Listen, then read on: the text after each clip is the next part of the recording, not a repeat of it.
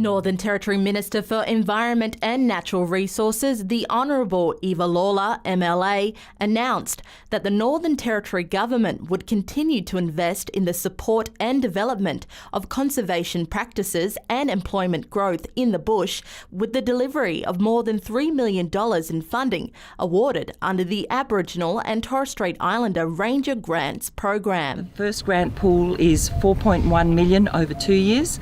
The second grant pool is $8 million over 4 years, so a considerable amount of money there available. In the previous round, 27 ranger groups were successfully awarded funding for capital works programs, and an additional 22 projects received funding to improve and develop conservation practices on Aboriginal and Torres Strait Islander lands.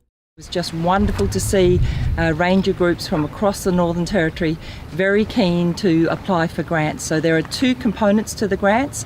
The first component is around capital works or capital essential infrastructure, and that's around applying to be able to buy things such as quad bikes, boats, spray equipment to manage weeds. So one aspect is the grants for essential infrastructure.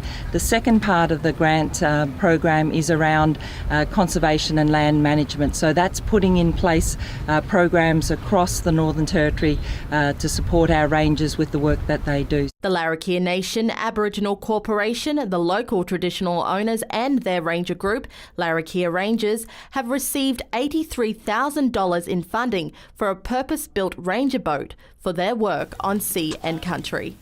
It's always a bit of a struggle to keep equipment maintained and up to standard to be able to go and tender for commercial works. So the support that we get from government through those grants and funding programs is really crucial.